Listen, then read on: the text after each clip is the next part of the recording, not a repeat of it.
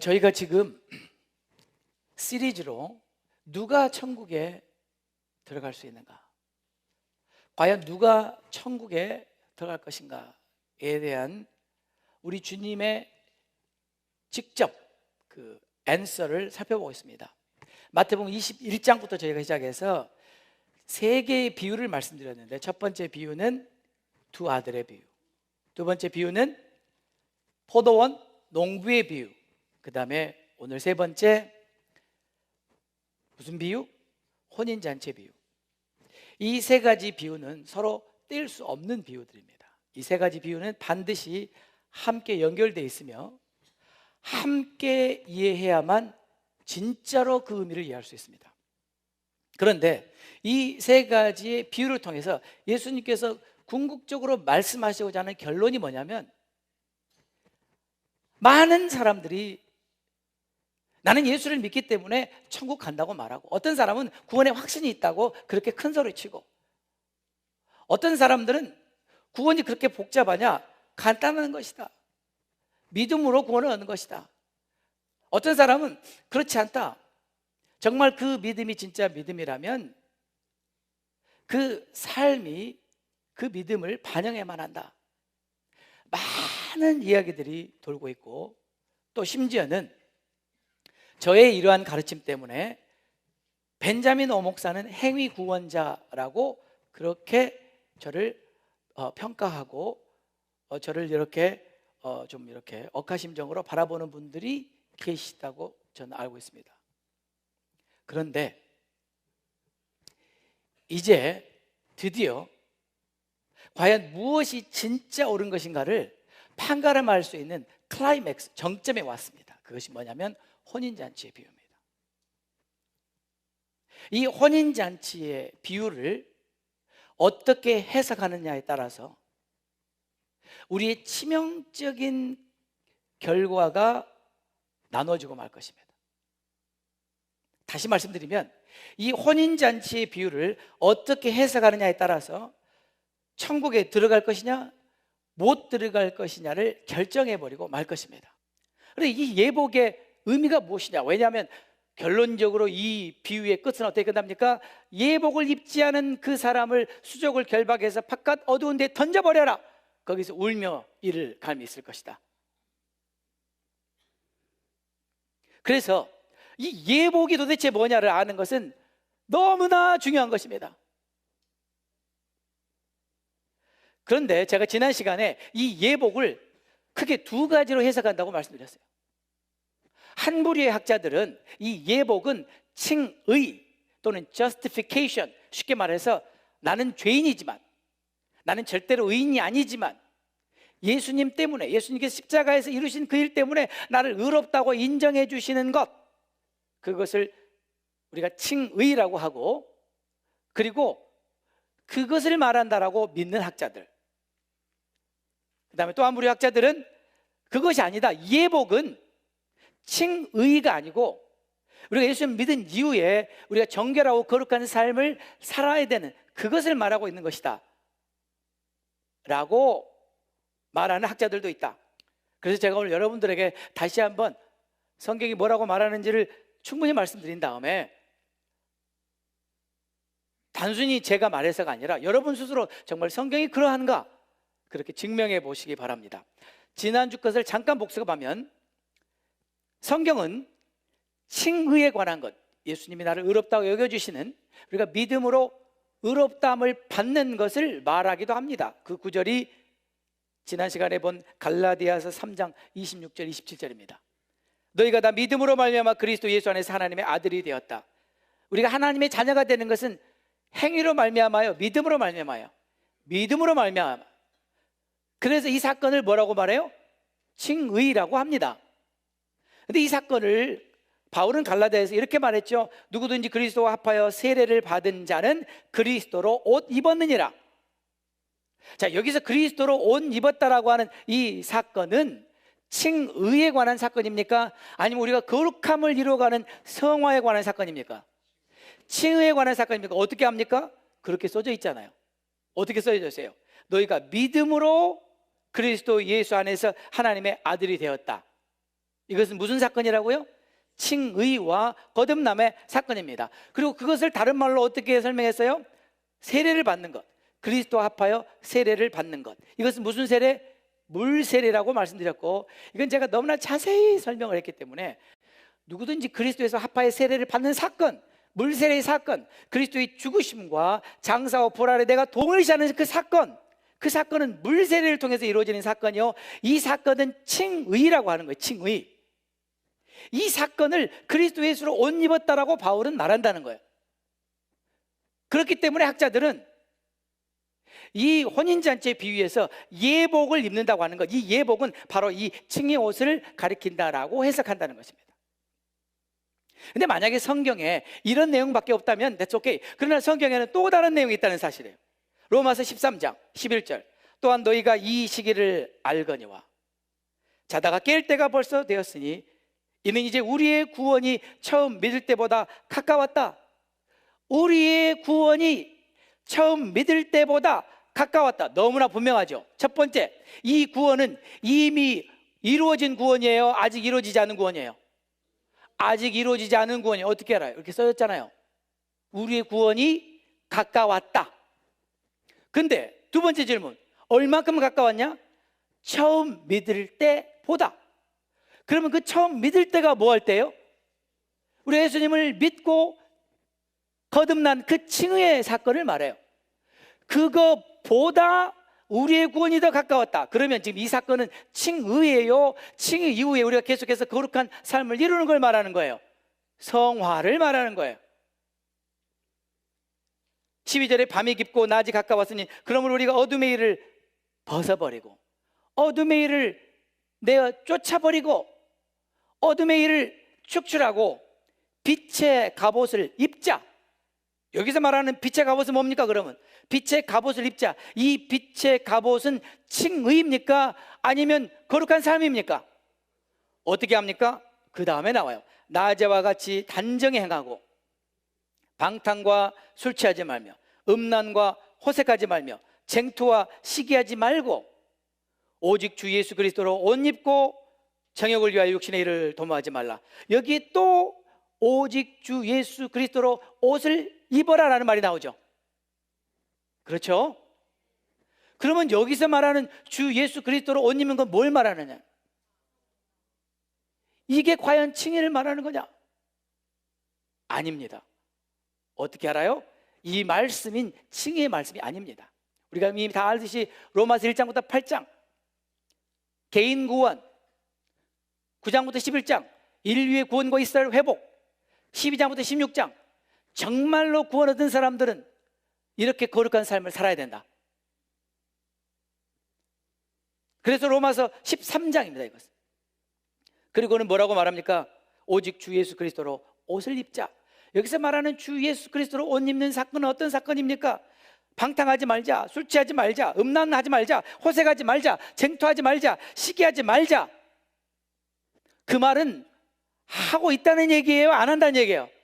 하고 있다는 얘기예요. 아직도 로마 교회 그리스도인들 가운데는 그들이 그리스도인이라고 하면서 이런 일들을 하고 있는 사람들이 있다. 너희들이 그러면서도 그리스도인이라고 하지 말고 이 어둠의 일을 벗어버리고 빛의 갑옷을 입자. 정욕을 위하여 육신의 일을 도모하지 말고 주 예수 그리스도로 옷을 입자. 이것은 칭의가 아니라 성화를 말해요. 거룩한 삶을 말해요. 예수님께서 마태복음 5장에도 너희 빛을 사람 앞에 비추게 하여, 너희 빛을 사람 앞에 비추게 하여 저희로 착한 행실을 보고 하늘에 계신 너희 아버지께 영광을 돌리게 하라. 빛이 뭔데요? 착한 행실. 빛이 뭐라고요? 에베소 5장 8절에 너희가 전에 어두움인 이제는 주 안에서 빛이라. 빛의 자녀들처럼 행하라. 빛의 열매는 모든 착함과 의로움과 진실함이 있느니라. 빛은 행함을 말합니다. 따라서 합시다. 빛은 행함이다. 결국 로마서 13장에서 말하는 주 예수 그리스도로 옷 입자는 칭의가 아니고 뭐라고요? 거룩한 삶, 성화를 말하는 것입니다. 그렇기 때문에 로마서 8장 12절에서 뭐라고 말합니까? 그러므로 형제들 우리가 빚진 자로 돼 육신에게 져서 육신대로 살 것이 아니라. 여기서 우리가 누구예요? 예수님 믿는 사람들이에요. 이미 로마서 1장부터 칭의를 경험하고 난 사람들 아닙니까? 형제다, 우리가 빚진 자로 돼 육신에게 져서 육신대로 살 것이 아니니라. 너희가, 로마의 그리스도인들아, 너희가 육신대로 살면 그래도 구원을 얻을 것이다 그랬나요? 뭐라고 말했나요? 너희가 육신대로 살면 반드시 죽을 것이다. 그렇지만 영으로서 몸의 형식을 죽이면 살리니.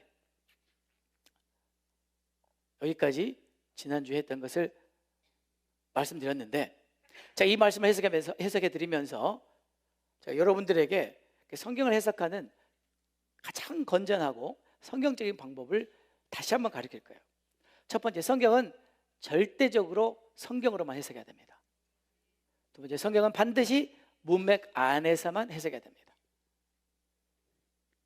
그러면 지금 이 예복을 이해하려면 이 예복이라는 단어가 성경 위에 다른 곳에 쓰인 적이 있는가를 봐야 돼요.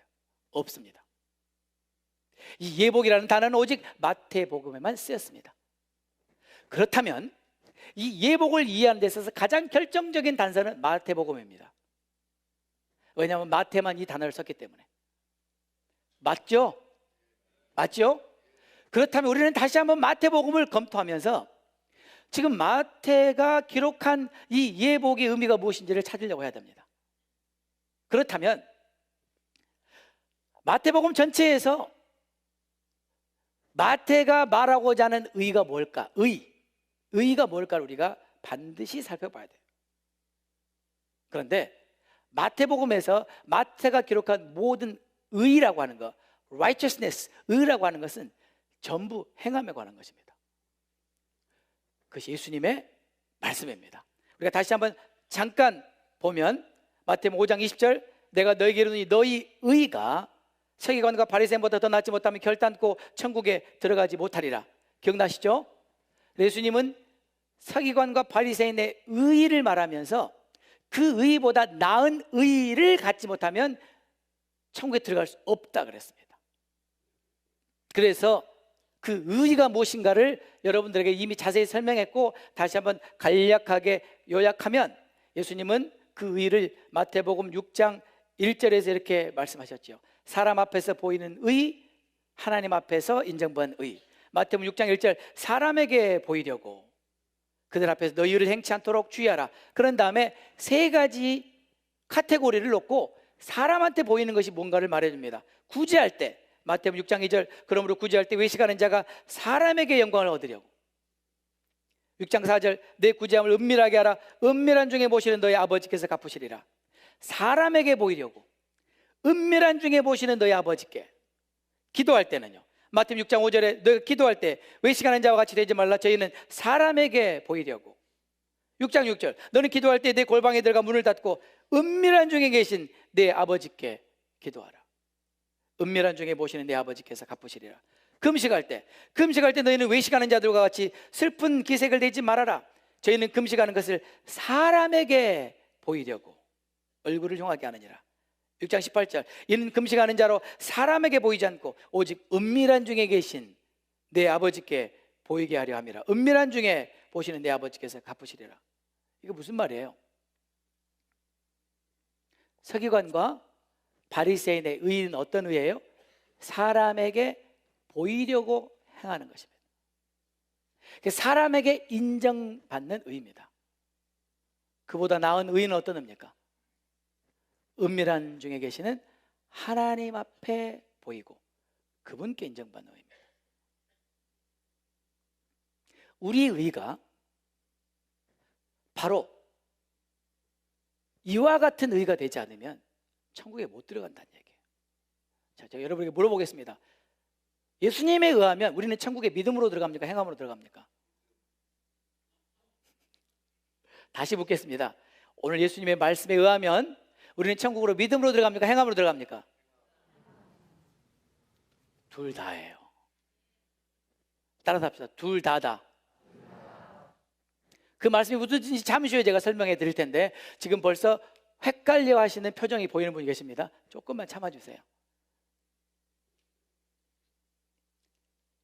결국 예수님께서 마태복음 5장, 6장, 7장을 통해서 기록하시고자 하시는 것이 뭐냐면요, 천국에 들어가려면 이렇게 살아랍니다. 천국에 들어가려면 이렇게 살아라. 결론이 7장 21절에 나더러 주여 주여 하는 자마다 천국에 다 들어갈 것이 아니요 다만 하늘에 계신 내 아버지의 뜻대로 믿는 자라야 천국에 들어가리라. 여러분, 여기서 가만히 계시면 안 돼요. 저보고 라요 그러셔야 되죠. 뭐라 그랬어요? 다만 하늘에 계신 내 아버지의 뜻대로 행하는 자라야 천국에 들어가리라. 예수님은 행위 구원론자입니까? Yes. 예수님은 행위 구원론자이십니다. 아버지의 뜻대로 행하는 자라야 천국에 들어가리라 하셨지 믿는 자라고 하지 않았습니다. 무슨 말이냐면 예수님은 믿음을 전제로 하고 말씀하신 거예요. 그게 무슨 뜻인지 제가 설명드릴게요. 예수님은 마태복음 5장, 6장, 7장을 누구에게 말하고 계시냐면 하나님을 너무나 잘 알고 믿고 있다고 생각하는 사람들에게 말하고 계십니다. 다시 말씀드립니다. 이 마태복음 5장, 6장, 7장의 오디언스가 불신자들이 아니고 이미 하나님을 너무나 잘 알고 믿고 있는 유대인들을 향한 말씀입니다. 그러니까 예수님은 이미 하나님을 믿고 있는 사람들에게 말하는 거기 때문에 믿음을 전제라고 말하는 겁니다. 다시 말하면 너희들이 정말 하나님을 믿는다면 이렇게 사는 것이 진짜 믿음이라는 걸 말하시는 거예요. 결론적으로 말합니다. 마태복음에서 말하는 의는 이 머리로 믿는 의가 아니에요. 이 관념적인 의가 아니에요. 마태복음에서 말하는 의는 행동하는 믿음입니다. 아버지의 뜻대로 행하는 것, 순종을 말합니다. 됐죠? 그러면 우리가 이 예복을 이해하는 데 있어서 마태복음에서 말하는 의에 대한 문맥을 들었습니다. 그렇다면 이 예복은 뭐냐? 마태복음은 이렇게 말하고 있습니다. 예수님의 참제자, 하늘나라의 참된 백성이라면 그 증거로서 열매 또는 행함을 보여야 된다. 그러므로 마태복음에서 천국 백성이냐 아니냐를 구분하는 기준은 열매나 행함이다. 여기까지 동의가 되시는 분 아멘 해보세요. 뭐 제 말이 아니고 예수님이 하신 말씀이니까 여기도 동의를 안 하시면 곤란하겠죠. 네.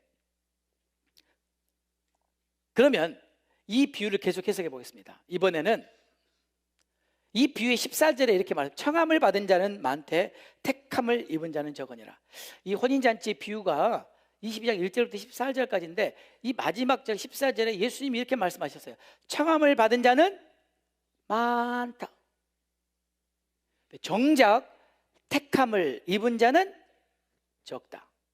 자, 우리 이 말씀을 어떻게 해석할 것이냐에 따라서 이 예복의 의미를 파악하는데 굉장히 중요한 단서를 제공합니다. 왜냐하면 지금 예복을 입지 않은 사람을 저 바깥 지옥에 쫓아내고 나서 하신 말씀이거든요. 이 말씀이 맞죠?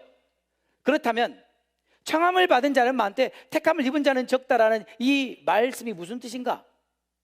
청함을 받은 자는 많되 택함을 입은 자는 적으니라. 이 말씀으로 우리가 이 예복의 의미를 한번 해석해 보자는 거죠.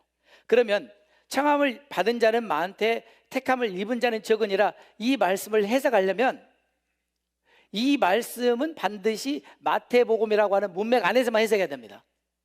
그렇죠? 근데 마태복음에서 이런 것을 해석할 수 있는 그런 또 다른 예수님의 말씀이 있는가 있습니다. 그게 어떤 비유냐면 그물의 비유입니다. 우리 한번 보겠습니다.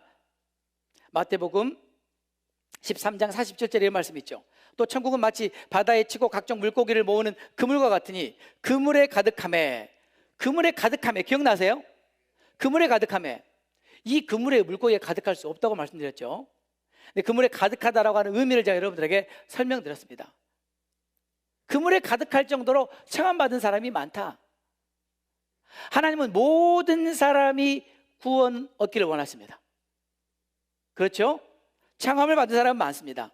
그런데 물가로 끌어내어 앉아서 좋은 것은 그릇에 담고 못된 것은 내어 버리느니라. 세상 끝에도 이러하리라. 천사들이 와서 의인 중에서 악인을 갈라내어 그물에 가득한 그 물고기를 다 천국으로 인도하시는 것이 아니라 거기서 뭐 합니까? 갈라내는 작업을 한다. 이것이 택함입니다. 그렇게 해서 어떻게 했어요? 풀무불에 던져 넣으리니 거기서 울며 이를 갈미 있으리라. 이건 제가 이미 여러분들에게 천국의 비밀 시리즈에서 말씀드렸죠. 기억나시죠? 그래서 여기서 중요한 건 뭐냐면 물고기가 다 잡혔다고 그 물고기가 다 좋은 고기가 아니다. 그래서 거기서는 좋은 고기와 나쁜 고기를 어떻게 합니까? 가르는 그런 사건이 있다. 그것은 마지막 때 있을 사건이다. 기억나시죠? 그런데 좋은 물고기와 나쁜 물고기를 가르는 기준이 뭐예요? 성경이에요. 그래서 이 말씀을 듣던 청중들은 이미 레위기를 생각하고 있어요. 레위기에 그 말씀이 있거든요.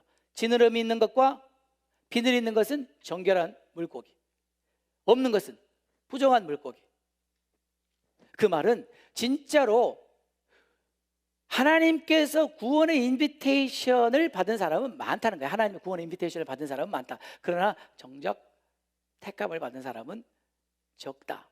그렇다면 마지막 때에 갈라내는 작업의 기준이 뭐냐? 이거 제가 여러분에게 이미 말씀드렸어요. 그 기준은 의인과 악인입니다. 의인이 누구고 악인은 누구냐?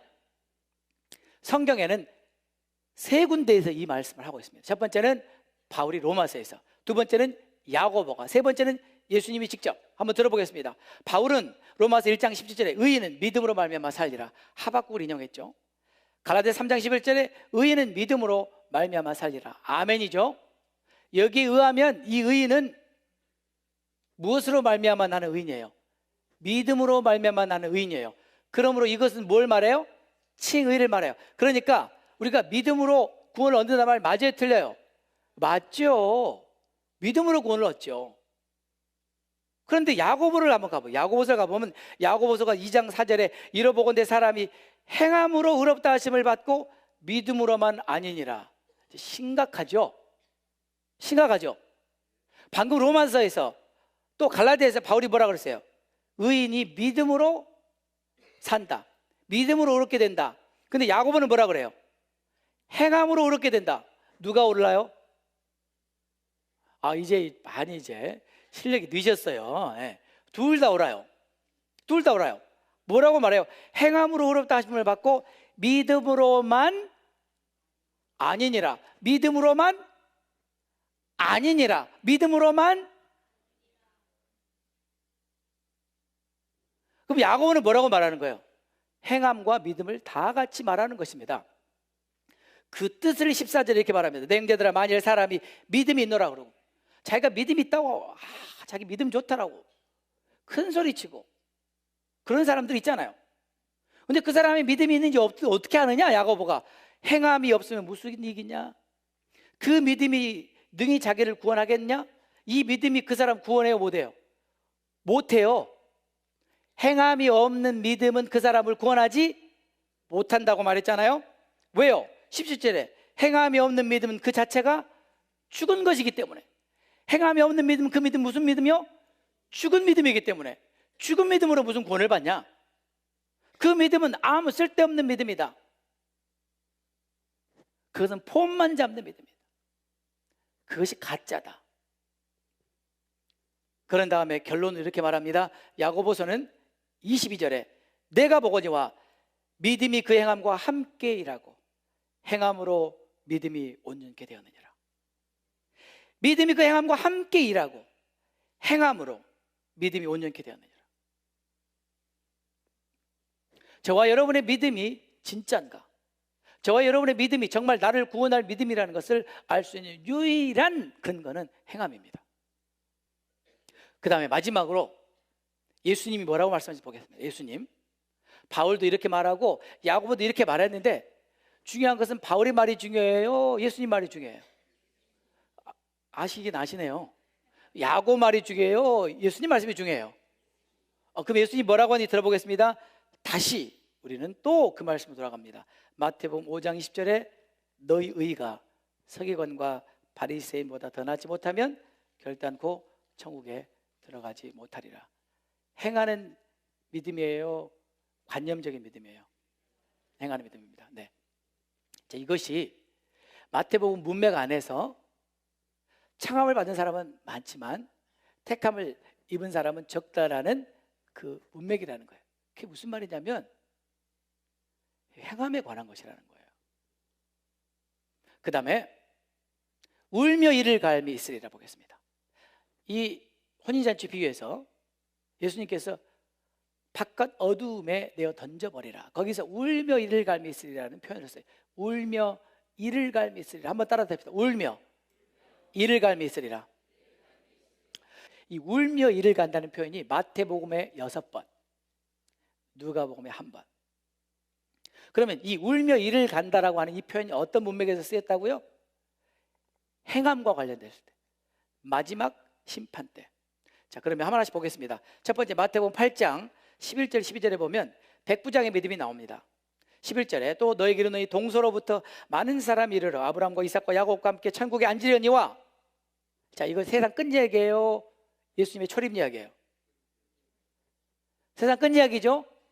예수님이 재림에 관한 이야기죠? 나라의 본 자손들은 바깥 어두운 데에 쫓겨나 거기서 울며 이를 갈미 있으리라. 이 컨텍스트는 이런 컨텍스트입니다. 여러분 백부장 이야기 다 알죠? 백부장의 하인이 아파요. 아파서 예수님 제 하인이 아픕니다. 고쳐주세요. 이 백부장은 예수님께 굉장히 인정받은 백부장이거든요. 그래서 예수님께서 그래? 내가 가서 고쳐주마. 그때 백부장이 노노 예수님, 예수님이 어떻게 감히 저희 집에 오십니까? 그러시지 마시고 말씀만 하세요. 그러면 내 안이 나을 것입니다. 그때 예수님께서 뭐라고 말씀하셨냐면요, 기이 여겼다. 어찌 이런 일이 다 있냐? 어찌 이스라엘에 이런 사람이 다 있냐? 나는 이런 사람을 본 적이 없다 그랬어요. 그렇죠? 이만한 믿음을 가진 사람을 본 적이 없다. 이 백부장은 굉장히 심플한 사람이에요. 뭐라고 말했냐면, 예수님 저도 제 밑에 부하가 있고 위에 상관이 있는데 그거 되게 쉽습니다. 제가 부하 보고 와 그러면 옵니다. 가 그러면 갑니다. 안 오면요 죽습니다. 맞아요, 틀려요? 굉장히 심플한 거. 이 사람은 군인이라 너무나 잘하는 거예요. 오라면 온다는 거예요. 가라면 간다는 거예요. 군인에게 있어서는 복종 아니면 죽음입니다. 그렇죠? 그냥 그 군인은 자기의 라이프 스타일로 말씀하고, 예수님 오실 필요 없어요. 그냥 말씀하시면 됩니다. 예수님은 신기하게 계셨다. 신기하게. 뭐 이런 사람이 다 있냐 이스라엘에. 처음 봤다. 그 믿음은 어떤 믿음이에요? 그 믿음은 들으면 즉각적으로 순종하는 믿음이에요. 아닌가요? 네. 두 번째, 알곡과 가라지 비유. 마태복음 13장. 밭은 세상이요 좋은 씨는 천국의 아들들이요 가라지는 악한 자의 아들들이요. 다 들으셨죠? 천국의 비밀 시리즈 다 들으셨죠? 가라지를 심은 원수는 마귀요 추수때는 세상 끝이요 추수꾼은 천사들이니 그런즉 가라지를 거두어 불에 사르는 것 같이 세상 끝에도 그러하리라. 자, 무엇에 관한 얘기예요? 세상 끝에 관한 얘기예요. 예수님이 초림에 관한 얘기예요? 재림에 관한 얘기예요? 재림에 관한 얘기예요. 인자가 그 천사들을 보내리니 저희가 그 나라에서 모든 넘어지게 하는 것과 또 다 같이 읽을까요? 불법을 행하는 자들. 누구를요? 불법을 행하는 자들을 거두어내요 풀무불에 던져 넣으리니 거기서 울며 이를 갈미 있으리라. 거기서 울며 이를 갈미 있으리라. 왜 이들을 풀물에 던져서 거기서 울며 이를 갈미 있으리라고 하셨어요? 불법을 했기 때문에. 불법이 뭔데요? 하나님의 뜻이 아닌 것입니다. 하나님의 뜻을 행하는 것이 의입니다. 그렇죠? 하나님의 뜻이 아닌 것이 불법입니다. 이것은 예수님께서 또다시 종교 지도자들을 겨냥해 한 말인데, 그들이 자기 맘대로 율법을 해석해서 자기 맘대로 가르치고 자기 좋은 대로 편한 대로 그렇게 지키면서 자기네들이 의인이라고 착각하는 그들을 향해서 말한 것입니다. 오늘날 그런 사람들이 교회 안에 무수히 많아요. 성경을 자기 맘대로 해석해요. 그리고 그렇게 믿어요. 그리고 자기의 믿음이 옳은 것으로 착각하고 있어요. 그래서 예수님께서 그걸 직격탄을 날리신 거예요. 너희들 믿음이 전 멍터리다. 왜냐하면 너희들은 하나님의 뜻을 오해하였다. 너는 율법을 엉터리로 해석했다. 그래서 예수님이 하신 말씀이 5장, 6장, 7장 아닙니까? 마태복음. 이해 다 하시죠? 그렇죠? 그럼 여기서 왜 지옥에 갔어요? 불법을 행했기 때문에. 의를 행하지 않았을 뿐만 아니라 불법을 행했기 때문에. 마태복음 13장 그물의 비유. 아까 방금 우리가 했죠. 천국은 마치 바다에 치고 각종 물고기를 모으는 그물과 같으니 그물이 가득하면 물가로 끌어내고 앉아서 좋은 것은 그릇에 담고 못된 것은 내어버리느니라. 세상 끝에도 이러하리라. 천사들이 와서 의인 중에 악인을 갈라내어 풀무불에 던져 넣으리니 거기서 울며 이를 갈미스리라. 이거 방금 했죠? 넘어갑니다. 그 다음에가 혼인잔치 비유예요. 오늘 우리가 말하는 혼인잔치의 비유. 예복을 입지 않는 그 사람을 바깥 어둠에 내어 던져라. 거기서 슬피 울며 이를 갈미스리라. 그 다음에 마태복음 24장에 충성되고 지혜 있는 종에 관한 비유입니다. 충성되고 지혜 있는 종이 되어 주인에게 그 집사람들을 맡아 때를 따라 양식을 나눠줄 자가 누구냐? 주인이 올 때 그 종이 이렇게 하는 것을 보면 그 종이 복이 있으리라. 내가 진실로 너에게 이르노니 주인이 그 모든 소유를 그에게 맡기리라. 여기서 말하는 종은 누구를 말할까? 여러분, 제가 여러분들에게 이미 말씀드렸지만 하나님께서 이스라엘 백성들, 포도원 이스라엘 백성들을 누구에게 맡겨주셨어요? 종교 지도자들에게 맡겨주셨어요. 근데 48절에 만일 그 악한 종이 마음에 생각하기를 주인이 더디 오리라 하여 동료들을 때리며 술 친구들과 더불어 먹고 마시게 되면 생각지 않은 날 알지 못하는 시간에 그 종의 주인이 이르러 엄히 때리고 외식하는 자의 받는 벌에 처하리니 거기서 슬피 울며 이를 갈미쓰리라. 여기서 왜 이 악한 종이 슬피 울며 이를 가냐면 첫째, 주인이 더디 온다고 믿는 거예요. 주인이 더디 온다고. 주인이 더디 올 것이다. 다시 말합니다. 예수님이 더디 올 것이다 라고 믿는 종은 악한 종입니다. 초대교회 시대 이래로 하나님의 사람들은 모두 한결같이 주님이 곧 오신다 그랬습니다. 그것이 선한 종입니다. 대답도 안 하시네요. 지금 제가 성경에 읽었잖아요. 주인이 더디 온다라고 믿는 종은 무슨 종? 악한 종.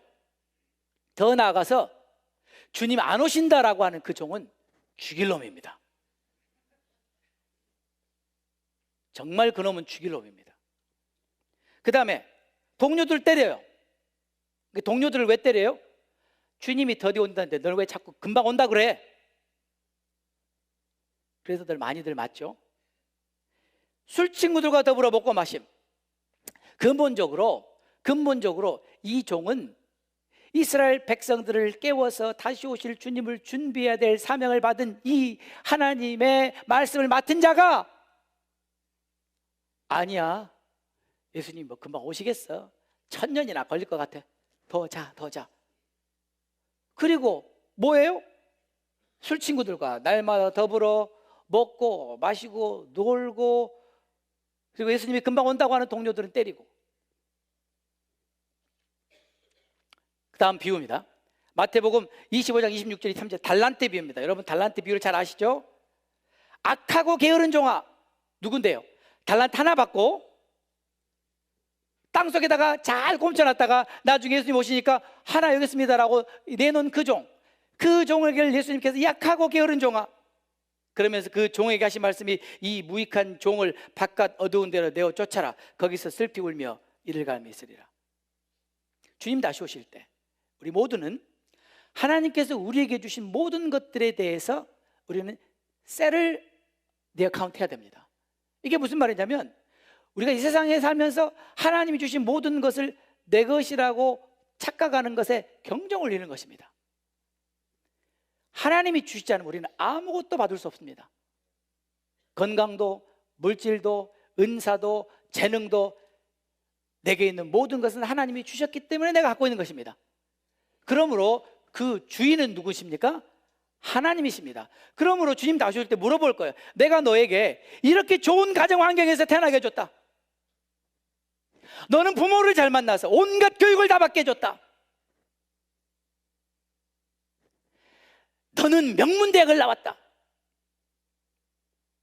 너는 이런 재능을 내가 주어서 이렇게 얼마든지 다른 사람들을 위해 살 수 있는 기회가 있었다. 너는 내가 준 것 갖고 뭐 했냐? 땅속에다 그대로 묻어놨습니다. 여기 있습니다. 이 악한 종아, 이 게으른 종아, 지옥에 가라. 예수님께서 하신 말씀 그 말씀이에요. 많이 받은 자에게 많은 것을 요구한다고 하시지 않았나요? 하나님, 제가 받은 것은 저는 가난한 집안에서 배운 것도 없고 가진 것도 없고 할 줄 아는 것도 없는데 그저 내가 한 가지 받은 거 있다면 우리 부모로부터 물려받은 믿음입니다. D.L. 무디가 위대한 말을 남겼습니다. D.L. 무디는 수많은 영혼들이 지옥 가는 걸 봤기 때문에 한 영혼이라도 천국에 보내려고 밤잠을 자지 않고 기도하면서 사람들에게 복음을 전했어요. 셀 수 없는 사람들에게 복음을 전했어요. 한 번은 설교가 끝나고 나니까 시카고 모 대학의 교수, 영어 교수가 찾아와서 하는 말이, 무디 목사님 오늘 목사님 설교하는데 영어 문법이 얼마나 많이 틀린 줄 아십니까? 그때 무디 목사님이 이렇게 말씀했어요. 맞아요 교수님, 저는 영어를 제대로 못 배웠어요. 문법이 많이 틀려요. 근데 저는 그렇게 틀리는 문법 가지고도 이렇게 복음을 전하는데 교수님은 잘하는 문법으로 뭐 하십니까?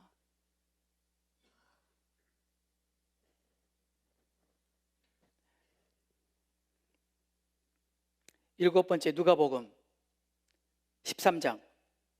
아브라함과 이삭과 야곱과 모든 선지자들, 그들은 하나님 나라에 있고 오직 너희는 밖에 쫓겨난 것을 볼 때 거기서 슬피 울며 이를 갈미 있으라. 여기서 너희는 누군데요? 23절에 혹이 여짜오되 주여 구원을 얻는 자가 적습니까? 구원을 얻은 자가 적습니까? 예수님께서 좁은 문으로 들어가기를 힘쓰라. 내가 너에게로 너희 들어가기를 구하여도 못하는 자가 많으리라. 못하는 자가 많으리라. 이 말씀은 앞으로 제가 더 자세히 여러분들에게 말씀드릴 것입니다.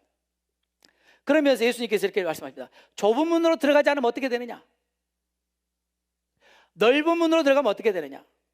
25절에 집주인이 일어나 문을 한번 닫은 후에 너희가 밖에 서서 문을 두드리며 주여 열어주소서 하면 저가 대답하여 가로되 나는 너희가 어디로서 온 자인지 알지 못하노라 하리니 그때 너희가 말하되 주여 우리는 주 앞에서 먹고 마셨지 않습니까? 주여 우리는 또한 길거리에서 주님 우리를 가르치지 않았습니까? 주님 우리 서로 아는 사이가 아닙니까? 그때 예수님 하신 말씀이 나는 너희가 어디로 갔는지 알지 못하노라. 행악하는 모든 자들아 나를 떠나라. 이 사람들은 예수님과 먹고 마신 적이 있는 사람들이에요. 불신자들입니까? 이 사람들은 예수님의 가르침을 받았다고 하는 사람들입니다. 이 사람들의 문제가 뭔데요? 좁은 길로 안 갔다는 거죠.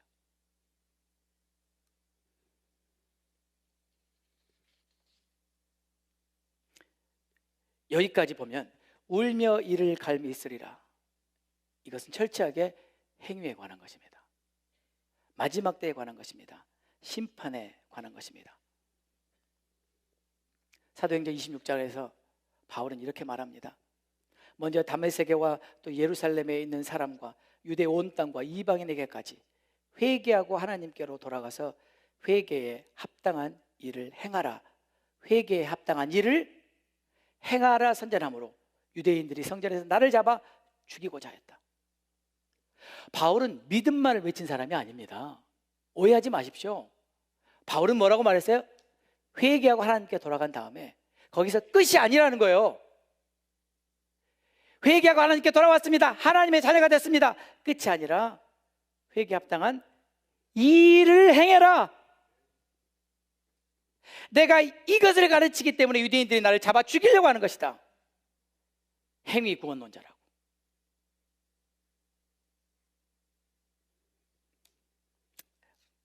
마지막입니다. 여러분. 마지막에 제가 여러분에게 결정적인 답을 드리겠습니다.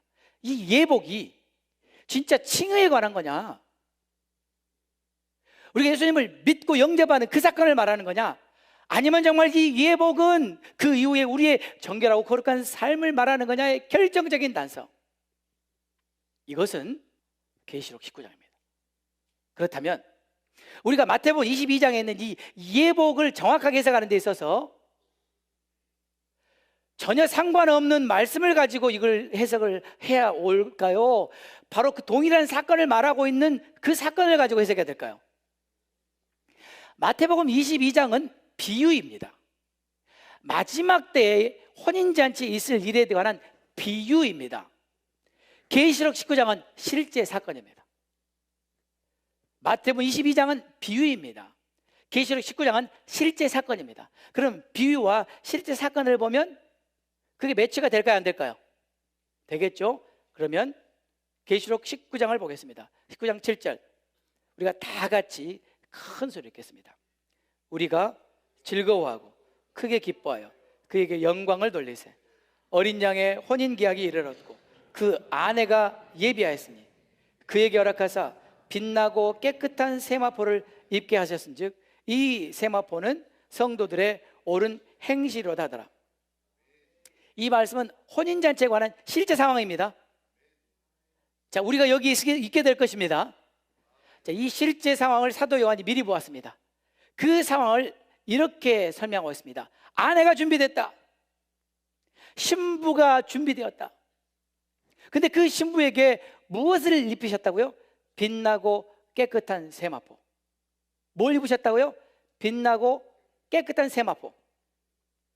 이 세마포는 그냥 세마포가 아니라 빛나고 깨끗한 입니다.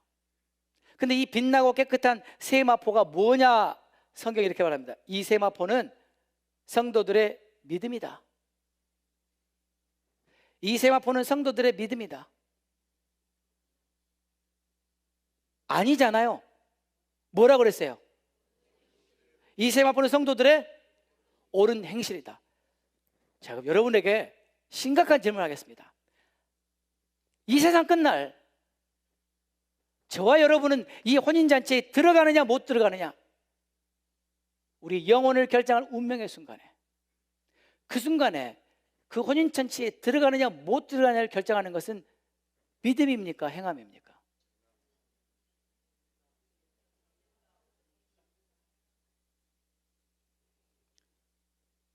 진짜 믿음은 반드시 행함이 있다는 거예요. 성도들의 옳은 행실이다. 여기에 하자가 있습니까?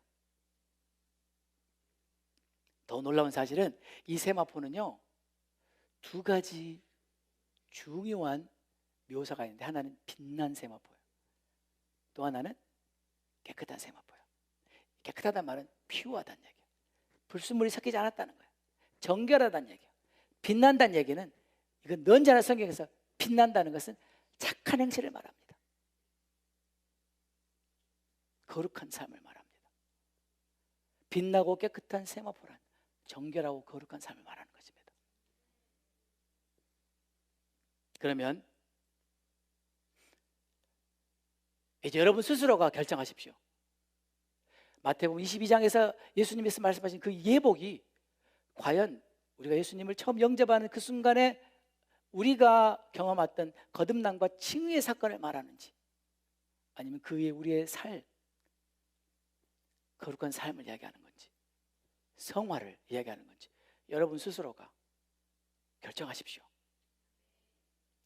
저는 여러분들에게 세 가지 비유를 말씀드렸습니다. 마태복음 21장 22장에서 두 아들의 비유, 포도 농부의 비유, 혼인잔치의 비유. 이 세 가지 비유를 통해서 예수님은 뭘 말씀하시고 싶었냐면, 예수님은 뭘 지금 말씀하시려고 이렇게 공을 들이셨냐면, 누가 천국에 들어가는가? 누가 천국에 들어가는가? 첫 번째로 두 아들 중에 내가 아들이라고 해서 아들이 아니라 아버지의 뜻대로 행하는 그 아들이 천국에 들어간다. 두 번째, 내가 아들이라고, 내가 하나님의 자녀라고 그렇게 떠들 것이 아니라 열매를 맺는 자가 들어간다.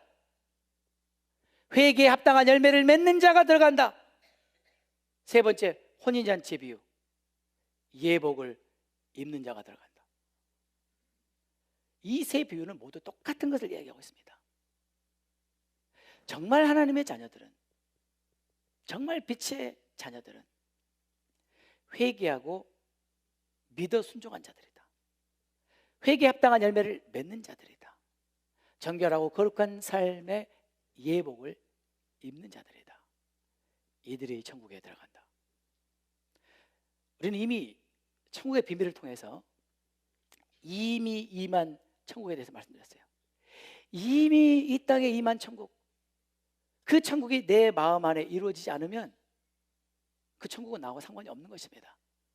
이미 이 땅에 임한 그 천국을 받아들이고 누리며 살지 않는다면 어떻게 장차 임할 천국에 들어갈 수 있겠습니까? 16세기 하나님은 루터를 들어 쓰셨어요. 루터를 통해서 행위가 아니라 믿음이 있어야 된다. 믿음이 없는 행위는 아무 소용이 없다. 믿음이 있고 그 다음에 행위니까. 그래서 그 믿음을 회복하는 놀라운 일을 이루었습니다. 하나님은 루터를 쓰셨습니다. 그러나 200년이 지난 다음에 하나님은 웨슬레를 높이 드셨습니다. 그 이유는 뭐예요? 믿음만 강조하다가 삶이 엉망진창이 되어버린 사람들에게 그게 아니라고 말하는 거예요. 믿었으면 그 다음에는 거룩한 삶을 살아야 된다. 그것 때문에 하나님은 웨슬레를 쓰신 겁니다. 믿음도 그렇고 거룩한 삶도 그렇고 내 힘으로 되냐는 거예요. 내 힘으로 돼야 안 돼요? 안 되기 때문에 성령을 주신 것이다. 성령으로 말미암지 않고는 어느 누구도 이룰 수가 없어요. 거룩한 삶을. 저와 여러분이 무슨 수로 거룩한 삶을 살아요? 오직 성령님만이 내 안에서 그 일을 하실 수 있는 거예요. 그래서 성경은 오직 성령의 소욕을 쫓아 행하는 그에게 율법의 욕을 이루신다고 한 거 아니에요? 2013년 우리는 정결한 마음, 내 마음이 정결하지 않으면 정말 나는 불행한 것입니다. 거룩한 삶, 우리 한번 몸부림쳐봐요. 하나님은 도와주실 것입니다.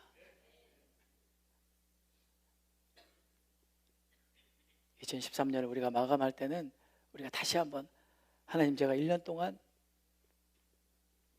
정말 정결한 마음, 거룩한 삶을 위해서 내가 최선을 다해서 여기까지 달려왔습니다라고 고백하는 저와 여러분들이 다 됐으면 좋겠습니다.